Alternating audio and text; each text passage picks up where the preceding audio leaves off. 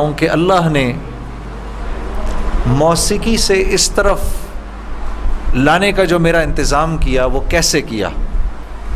آئیں آج آپ کو میں یہ سناتا ہوں۔ آپ یقین کریں گے کہ یہی دن تھے، بالکل جولائی کی شدید گرمیاں تھیں۔ پنجاب میں تو جولائی میں تھوڑا موسم تھوڑا سا قدرے بہتر ہو جاتا ہے، کراچی میں جولائی میں حبس بڑھ جاتا ہے اور بہت بڑھ جاتا ہے۔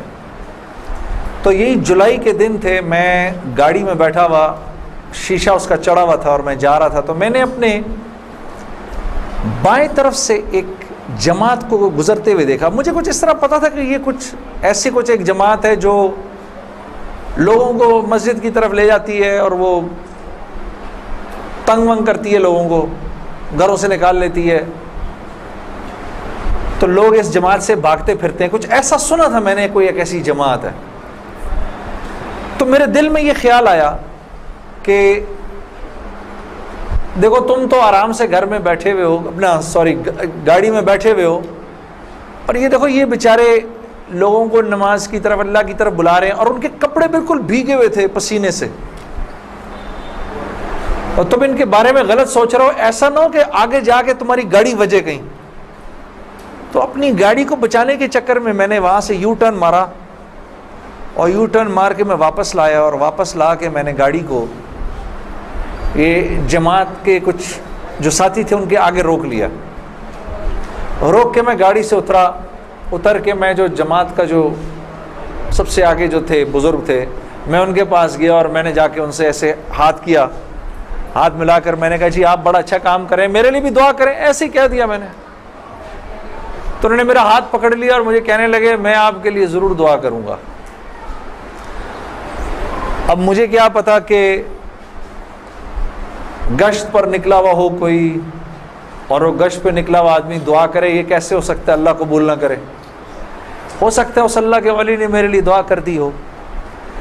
اب آپ لوگ اللہ کا نظام دیکھیں میری بہنوں اور میرے بھائیوں، بہت عجیب بات ہے۔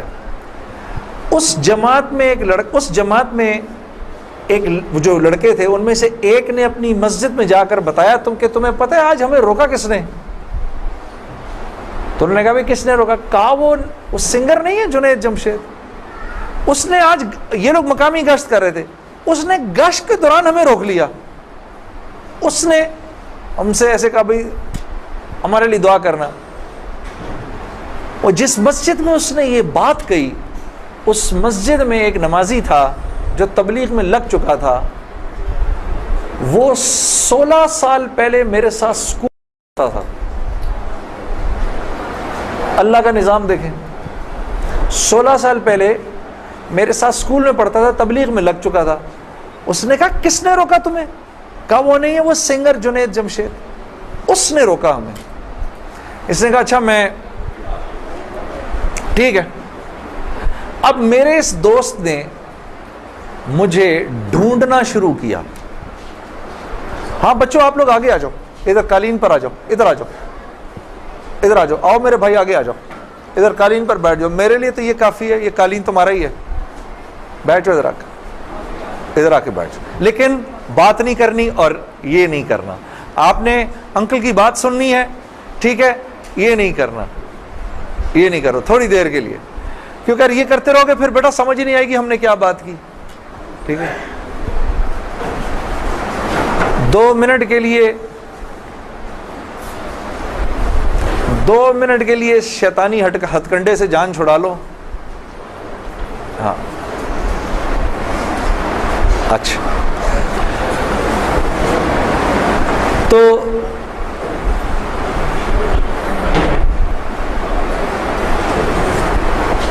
خیر میرے اس دوست نے مجھے ڈھونڈنا شروع کیا، اور اس واقعے کی کوئی تقریباً 1-1.5 مہینے بعد اس نے مجھے ڈھونڈ لیا۔ اور ایک دن جی میرے گھر فون آتا ہے، جنید۔ اب میں نے جب مجھے پہچانا، اس نے بولا جنید مجھے پہچانا، آپ یقین کریں گے میں 16 سال بعد اس کی آواز سن رہا تھا، میں پہچان گیا۔ میں نے کہا جنید بول رہے ہو؟ ہنسنے لگا۔ تو مجھے پہچان گیا؟ میں نے کہا میں بالکل پہچان گیا، تو اتنا تو شرارتی لڑکا تھا تو کلاس کے اندر. اور میں نے کہا کیونکہ ہم دونوں کے نام ایک تھے تو تیرے چکر میں بھی بدنام رہتا تھا. ہنسنے لگا، یار کمال ہے تو نے مجھے پہچان لیا. میں نے کہا ہاں میں نے پہچان لیا، میں نے تیرے سے ملنا ہے. میں نے کہا کیوں؟ کہتا ہے بس ایسے ہی، وجہ کوئی نہیں ہے. میں نے کہا یار اچھا ہماری زندگی ایسی تھی، شوبز کی زندگی تھی ہماری، کہ ہمارا دل ملنے کو نہیں کرتا تھا کسی سے. یعنی ہم نے مینیجر رکھے ہوتے تھے جو ہمیں صرف لوگوں سے دور رکھتے تھے. ان کا کام تھا لوگوں سے بات کرنا، لوگوں سے ڈیل کرنا، ہم تک کوئی نہ پہنچے بس. یہاں تک کہ آپ حیران ہوں گے اگر میں آپ کو بتاؤں، یہ بڑی ایک افسوسناک بات ہے کہ ہمارے اپنے گھر والوں کا ہماری زندگی میں رول کم ہوتا تھا، ان مینیجرز کا رول زیادہ ہوتا تھا. آپ نے گھر کب جانا ہے، بچوں سے کب ملنا ہے، یہ تک ان مینیجروں کے ہاتھ میں ہوتا تھا. تو اب کوئی مجھے فون کرے کہ میں نے تم سے ملنا ہے، یہ تھوڑی کہ میں فوراً مل لوں گا اس سے. اب پتہ نہیں اللہ جانے اس نے کیوں ملنا ہے، میرا وقت ضائع کرے گا کیا ہے.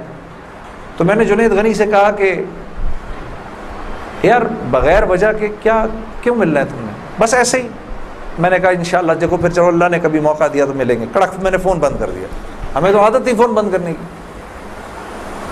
اگلے دن پھر فون آ گیا اس کا. میں نے بولا کیا کام ہے؟ کام کوئی نہیں، ملنا ہے. کیوں؟ یار کوئی وجہ نہیں، مل لیتے ہیں. میں نے کہا یار وقت نہیں ہے، فون پہ بات کر لو. نہیں فون پہ کام کوئی نہیں ہے. کڑک فون پر ایک دفعہ ہوا، 2 دفعہ، اب اس کا میں ہیلو سنتا تھا فون بند کر دیتا تھا. یہ سلسلہ 1-2 مہینے تک چلتا رہا، یہاں تک کہ جنید غنی کو میرے گھر کے نوکروں کے نام یاد ہو گئے، فون اٹھانے والوں کے نام یاد ہو گئے، سب کچھ یاد ہو گیا. اس کو سب پتا ہوتا تھا میں کب پاکستان میں ہوں، کب نہیں ہوں، کب کہاں ہوں، سب. ایک دن اس کا فون آیا، تو جب میں نے فون رکھنے لگا مجھ سے کہتا دیکھ میں تجھے اللہ کا واسطہ دیتا ہوں میری 1 منٹ کی بات سن لے. میں نے بولا بولو. میں ابھی عمرہ کر کے آیا ہوں، تو میں مدینے اور مکے کی کھجوریں اور زمزم اور یہ کچھ چیزیں لے کر آیا ہوں، یہ لے لے میرے سے، پھر اس کے بعد میں چلا جاؤں گا. کتنی دیر کے لیے آؤ گے تم؟ 5 منٹ کے لیے. میں نے کہا ہاں 5 منٹ. جنید غنی یاد رکھنا 5 منٹ. 5 منٹ. دوپہر کو مجھے یاد ہے 3:30 بجے ابھی تک پلاننگ ہوئی. جنید غنی صاحب آئے. اب میں نے جب جنید غنی کو دیکھا تو میرا تو دماغ ہی چکرا گیا. کیا دیکھتا ہوں، سفید لباس ہی جیسے مولوی صاحب نے پہنا ہوا ہے، سر پہ پگڑی، اتنی بڑی داڑھی، اوپر واسکٹ پہنی ہوئی اس نے، پائنچے اس کے اوپر. میں نے کہا جنید غنی یہ تجھے کیا ہو گیا؟ کہتا ہے مجھے کیا ہو گیا؟ میں کیا کہوں تجھے کیا ہو گیا؟ میں نے کہا یہ تیرا حال تیرے جیسا شیطان، یہ اتنا بڑا بزرگ بنا ہوا، آؤ بیٹھو میرے پاس. آیا میرے پاس بیٹھا، اس نے مجھے کھجوریں دیں، زمزم دی، جانماز دی، اور پورے 5 منٹ میں کہتا ہے میرے 5 منٹ پورے ہوئے، اب میں چلتا ہوں. میں نے کہا نہیں، اب بیٹھ جاؤ، بیٹھ جاؤ، مجھے بتاؤ یہ سب کیا ہے. پھر مجھے کہنے لگا چل چھوڑ اس کو یار، اسکول کی بات کرتے ہیں. میں نے کہا اسکول چھوڑو، مجھے بتاؤ یہ کیا ہے، یہ کنہوں نے تمہارا حال کیا؟ یہ مجھ سے کہنے لگا مل لو ان سے. میں نے کہا ہاں میں نے ان سے ملنا ہے، میں نے ان سے ملنا ہے. آپ سوچو کوئی آدمی تبلیغ والوں کے چنگل میں پھنس جائے، ہاں. تو مجھ سے کہتا ہے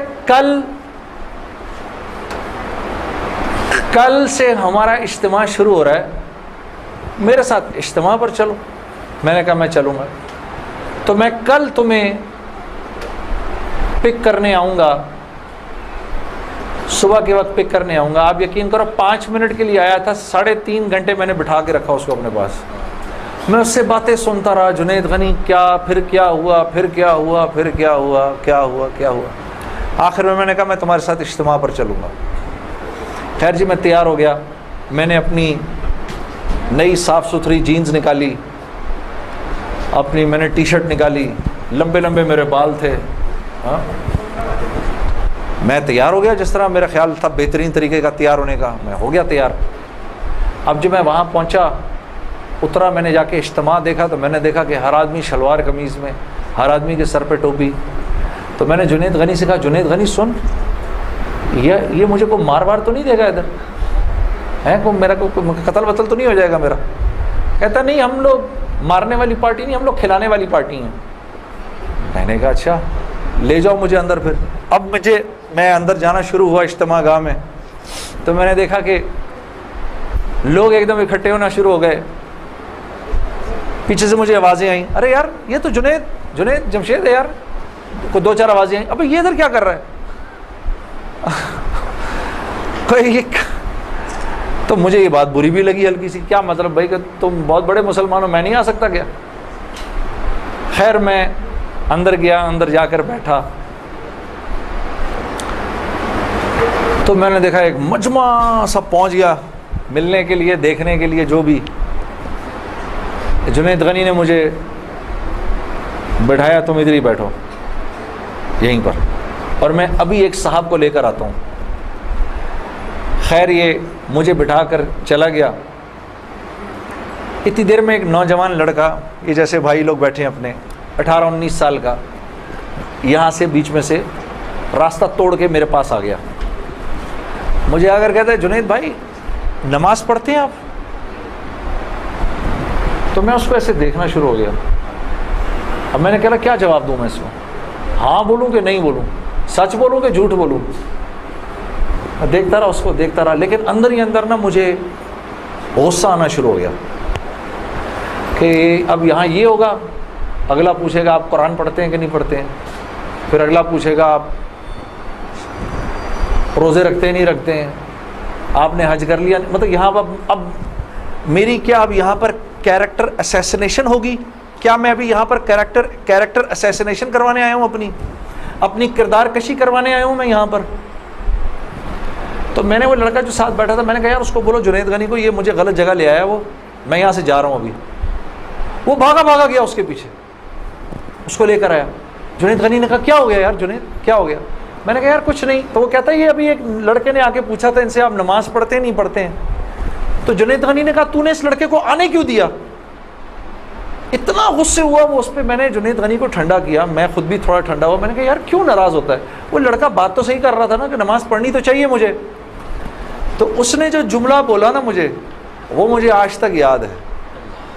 جنید غنی نے جو جملہ بولا, اس نے کہا جنید ہم کیوں نہیں پوچھتے کہ تم نے کیوں نہیں کیا, ہم تو ترغیب دیتے ہیں, اس کے بعد اللہ سے دعا کرتے ہیں کہ اللہ وہ نیکی کرنے کی توفیق دے. ہاں وہ آج بھی مجھے وہ بات یاد ہے.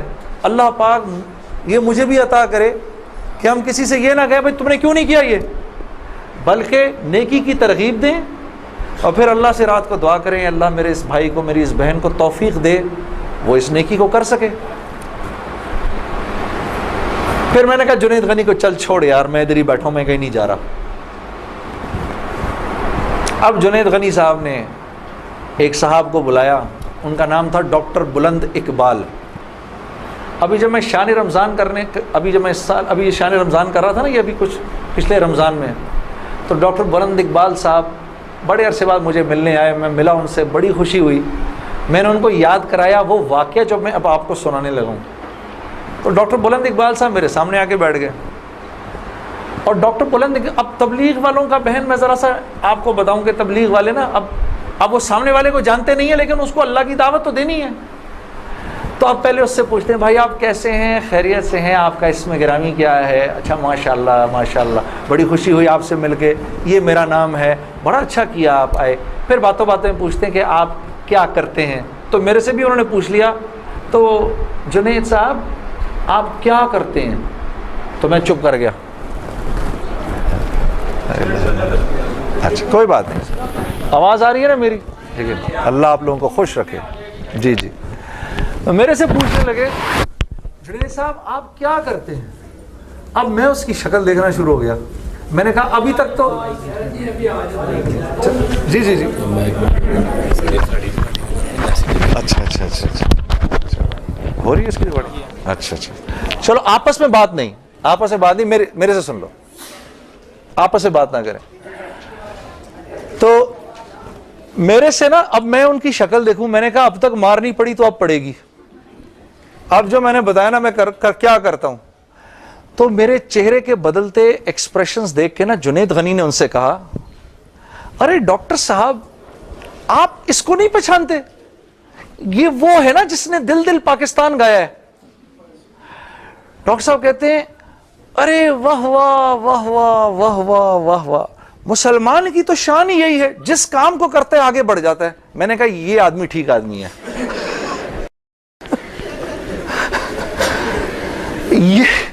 یہ بالکل ٹھیک آدمی ہے، اس سے کرو دوستی. تو بعد میں میں نے ڈاکٹر صاحب سے کہا ڈاکٹر صاحب یہ جواب آپ کہاں سے لائے اتنا خوبصورت سا؟ تو مجھے کہنے لگے یار میں نہ تجھے جانتا نہ مجھے یہ پتا دل دل پاکستان کیا. تو جب اس نے بولا نا کہ اس نے دل دل پاکستان گایا تو میں نے کہا واہ واہ واہ واہ، اور میں دل میں دعا کروں یا اللہ جلدی سے صحیح جواب میرے ذہن میں ڈال، جلدی سے صحیح بات ڈال میرے ذہن میں. تو میں نے فٹ کہہ دیا. اور یہ بات میرے دوستو ہے بھی سچ کہ مسلمان کی شان یہ ہے، مسلمان جس کام کو کرتا ہے نا مسلمان اس کام میں آگے بڑھ جاتا ہے. ساری دنیا میں جن کاموں کو آپ برا کام سمجھتے ہیں نا کہ یہ برے کام ہیں، ان برے کاموں کو بھی اگر کبھی کسی مسلمان نے کیا نا تو یقین کرو غیروں سے بھی زیادہ کیا.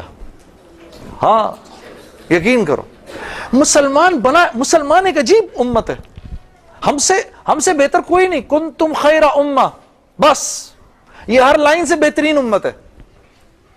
جس کو اللہ ہی کہہ دے تم بہترین ہو تو پھر ہمیں دوسروں سے پوچھنے کی کیا ضرورت ہے کہ ہم اچھے ہیں کہ برے ہیں. ہاں اب میں پورا دن ڈاکٹر بلند اقبال صاحب کے ساتھ پھرتا رہا. اور جب دن کا آخر آیا تو جنید غنی نے مجھے کہا کہ چل میں تجھے گھر چھوڑ دوں. میں نے کہا گھر تو مجھے چھوڑ دو لیکن یہ بسترے کیا ہیں، یہ جو بسترے لگے ہوئے ہیں؟ کہا یہ رات کو لوگ یہاں سوئیں گے. میں نے کہا اور یہ جو بزرگ حضرات ہیں یہ بھی ادھر ہی سوئیں گے. میں نے کہا یار میں تو ان سے زیادہ فٹ آدمی ہوں، اگر یہ بوڑھے لوگ ادھر سو سکتے ہیں تو میں بھی سو سکتا ہوں. تو اس نے کہا یار نور اللہ نور، تیرے لیے بھی بسترا لگا دیتے ہیں.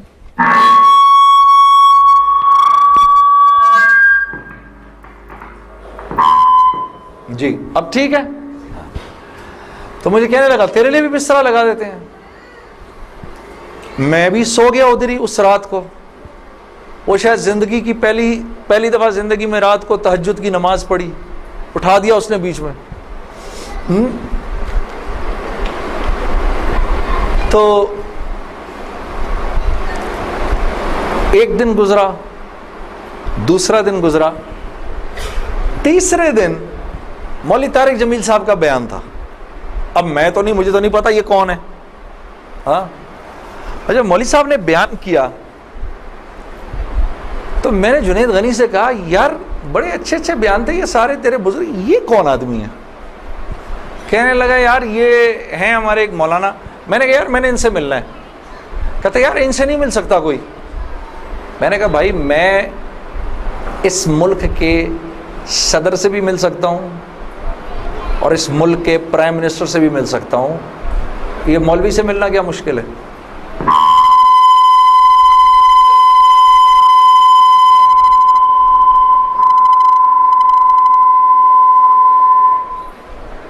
اب ٹھیک ہے،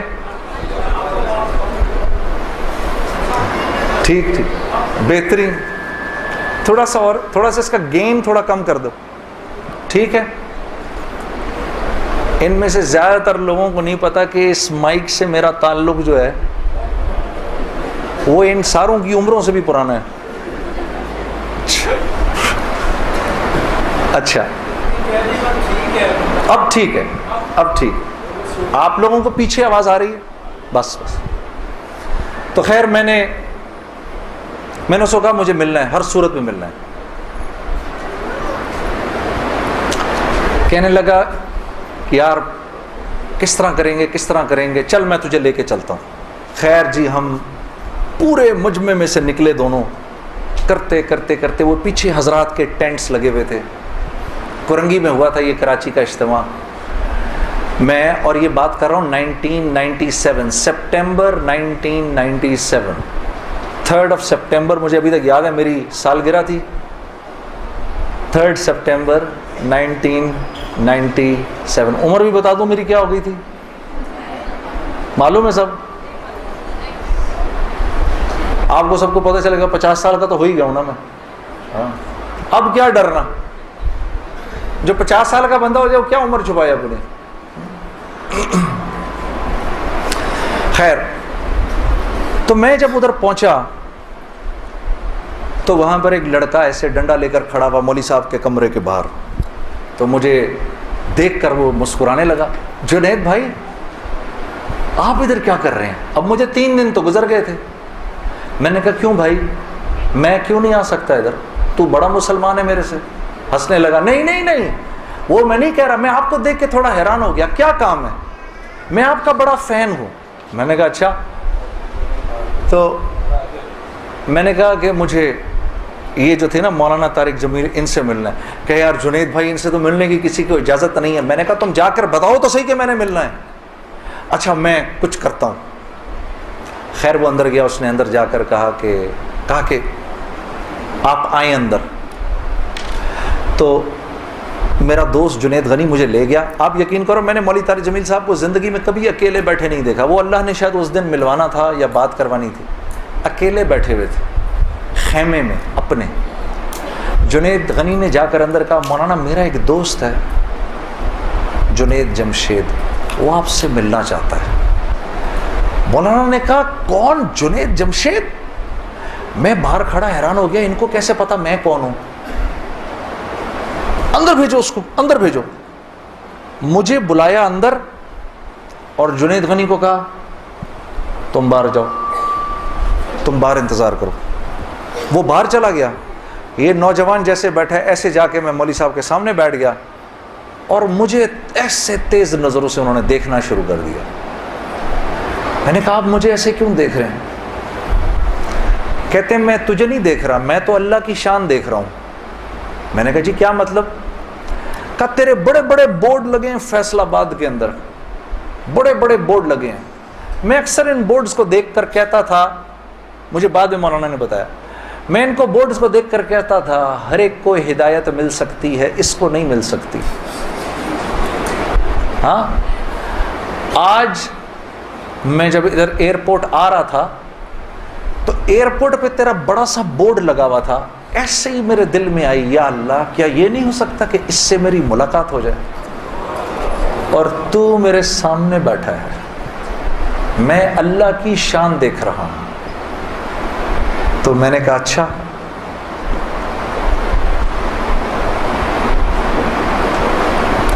کہنے لگے دل دل پاکستان تو نے گایا ہے؟ میں نے کہا جی. میں نے کہا آپ نے سنا ہے؟ کہا نہیں سنا تو نہیں, بسوں کے پیچھے لکھا دیکھا ہے.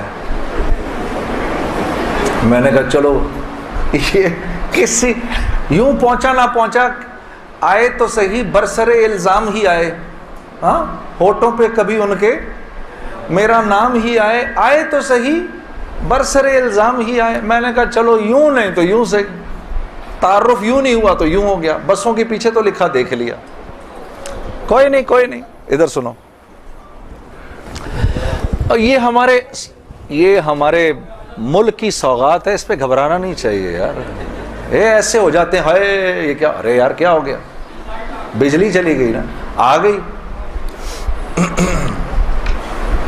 یہ تو ہمارے ملک کی سوغات ہے, اس پہ گھبرانا نہیں چاہیے. ہاں اس پہ اس لیے نہیں گھبراؤ, آپ نہیں گھبراؤ گے نا تو غیر بھی نہیں گھبرائیں گے. جب آپ گھبرا جاتے تو غیر بھی کہتے ہیں ہاں یار کوئی عجیب سی بات ہو گئی ہے. تو ہاں ان کو بھی بولو یوز ٹو ہو جاؤ بھائی, ہم لوگ مل بانٹ کے کھانے والے ہیں, کبھی آپ کے گھر نہیں تو کبھی ان کے گھر نہیں, ہاں کبھی میرے گھر تو کبھی آپ کے گھر. تو اس پہ گھبرانا نہیں چاہیے. خیر, تو میں نے مولوی صاحب سے کہا مولانا میرا ایک سوال ہے. ایک پاکستانی نوجوان میری عمر کا, جس نام شہرت کا تصور بھی نہیں کر سکتا، وہ سب کا سب میرے پاس موجود ہے، لیکن میں اندر سے خالی ہوں۔ لوگ اس بات کو نہیں جانتے، لوگ سمجھتے ہیں کہ میں بہت خوش ہوں، لیکن میں اندر سے بہت پریشان ہوں، بہت اضطراب ہے، اور اس کی وجہ مجھے سمجھ نہیں آتی۔ فرمانے لگے تیرا مسئلہ یہ ہے کہ تجھے چوٹ لگی ہے سیدھے گھٹنے پر اور تو مرم لگا رہا ہے الٹے گھٹنے پر۔ میں نے کہا جی وہ کیسے؟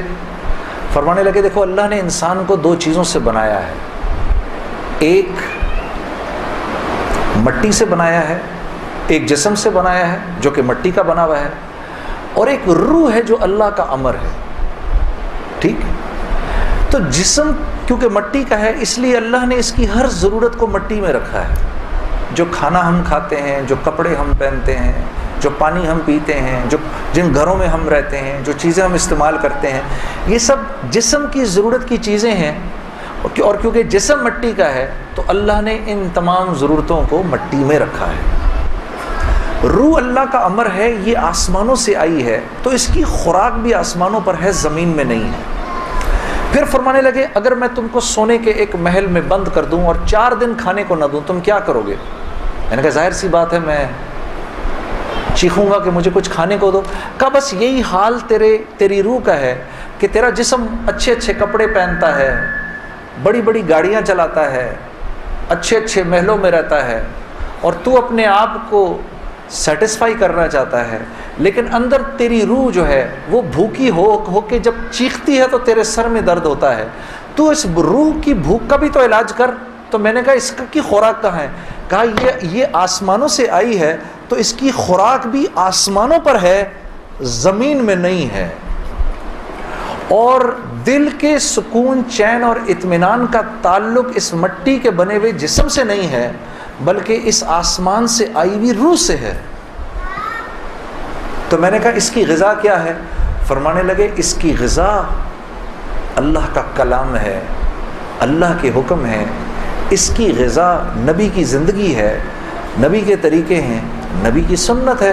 وہ جب تک اس کو ملیں گے نہیں یہ بھوکی رہے گی، اور جب یہ بھوک کر چیخے گی تو پھر تم تو مسلمان ہو، تمہیں تو پتہ ہے، غیروں کو تو پتہ نہیں، وہ دماغ کی اس چیخ کو سلانے کے لیے کبھی شراب پیتے ہیں، کبھی نشے کرتے ہیں، لیکن یہ تو جب تک روح بھوکی ہے اس وقت تک اندر سے تم مضطرب رہو گے، سکون چین نہیں ملے گا۔ اور پھر قرآن کی وہ آیت پڑھی مجھے آج بھی یاد ہے، الا بذکر اللہ تطمئن القلوب، کہ اللہ پاک چیلنج دے رہے ہیں سب کو کہ اگر دل کا سکون، چین اور اطمینان چاہیے میرے بندو، مالداروں، حکومت والوں، دولت والوں، شہرت والوں، اگر تمہیں دل کا سکون، چین، اطمینان چاہیے تو تمہیں مجھ سے تعلق بنانا پڑے گا، مجھ سے یاری لگانی پڑے گی۔ مولانا کی یہ بات سن کر میں تو پہلے ہی پریشان تھا، 3 دن سے بیان سن رہا تھا، میں تو دھاڑے مار کے رونا شروع ہو گیا، روتا رہا بڑے دیر تک۔ پھر جب مجھے تھوڑا سا چین آیا تو میں نے کہا مولوی صاحب اس کا مطلب کیا ہے، میری پوری زندگی برباد ہو گئی؟ تو فرمایا نہیں، بالکل بھی نہیں، کہ یہ معاملہ تم دنیا والوں سے تھوڑی کر رہے ہو، یہ معاملہ تم تو اللہ سے کر رہے ہو۔ اور اللہ کے ہاں معاملہ کیا ہے؟ اللہ کے ہاں معاملہ کیا ہے کہ ابھی انسان اللہ رب العزت سے معافی مانگنے کا ارادہ ہی کر رہا ہوتا ہے، دل میں ابھی خیال ہی آ رہا ہوتا ہے کہ اللہ رب العزت اگلے پچھلے معاف کر دیتے ہیں سارے۔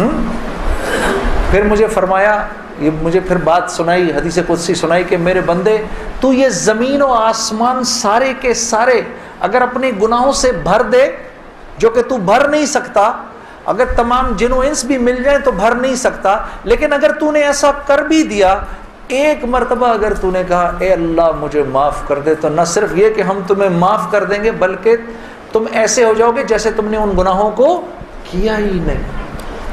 میں تو بے یقینی کی حالت میں مولانا کو دیکھنے لگا، میں نے کہا مولوی صاحب واقعی؟ کہا ہاں۔ پھر پوچھنے لگے کیا ارادہ ہے؟ اب میرا ارادہ میوزک چھوڑنے کا تو نہیں تھا کہ میں نے کہا ادھر آؤ، کیا کہ نمازیں بخشوانے آئے، کیا روزے گلے پڑ گئے؟ ہاں جی، میرا تو کوئی پروگرام نہیں تھا میوزک چھوڑنے کا، لیکن گناہ بھی بخشوانے تھے۔ تو پھر مجھے کہنے لگے توبہ کرو گے؟ میں نے کہا مولوی صاحب کس چیز سے؟ کہا اپنی اس پچھلی زندگی سے۔ میں سوچ میں پڑ گیا۔ اچھا میں نے کہا جی میں توبہ کرتا ہوں۔ میں نے توبہ کی، یا اللہ میوزک چھوڑنے کا تو میرا کوئی موڈ نہیں، یہ مولوی بھی اللہ جانے کیا کہہ رہے ہیں، لیکن اگر تجھے اس سے کوئی میرے لیے بہتر زندگی نظر آتی ہے تو تو مجھے اس زندگی پہ لگا دے کہ واقعی میں چاہتا ہوں کہ تجھے راضی کر سکوں، تجھے خوش کر سکوں۔ اے اللہ پچھلی پوری زندگی پر توبہ کرتا ہوں، اگلی زندگی تیرے حکموں پر چلنے کی کوشش کروں گا۔ اگر تو واقعی ایسا ہے جیسا یہ مولوی صاحب فرما رہے ہیں تو تو مجھے معاف کر دے۔ میں نے کہا توبہ کر لی۔ مولوی صاحب نے کہا اب کیسا محسوس کر رہے ہو؟ میں نے کہا جی بہت ہلکا۔ پھر میں نے کہا لیکن مولوی صاحب بات تو یہ ہے کہ اگر میرے پچھلے سارے معاف ہو گئے اور اس پر اللہ نے اگر جنت دی تو میری تو بہت ہی بڑی جنت ہوگی، آپ سے بھی بڑی۔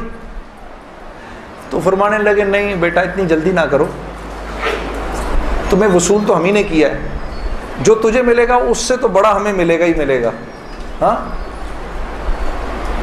لیکن میں نے کہا مولوی صاحب، اور بہنیں اس بات کی تصدیق کریں گی، موسیقی تو روح کی غذا ہے کہ نہیں؟